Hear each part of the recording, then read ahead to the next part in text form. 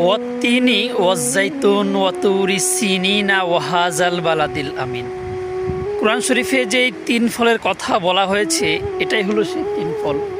দেখুন আমার হাতের ডগাতে বিশাল বড় একটি বাগান, এটা তিন ফলের বাগান।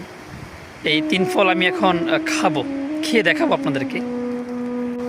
দেখুন এই তিন ফল, এটা আমি এখন খাচ্ছি। আসলে ফলটা কিন্তু খুব সুস্বাদু। দেখুন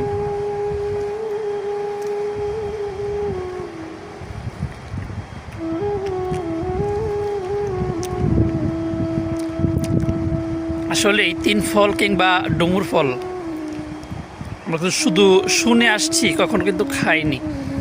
গাছ থেকে দেখুন পুরো বাগানটা, গাছ থেকে পেরে ডাইরেক্ট খাচ্ছি।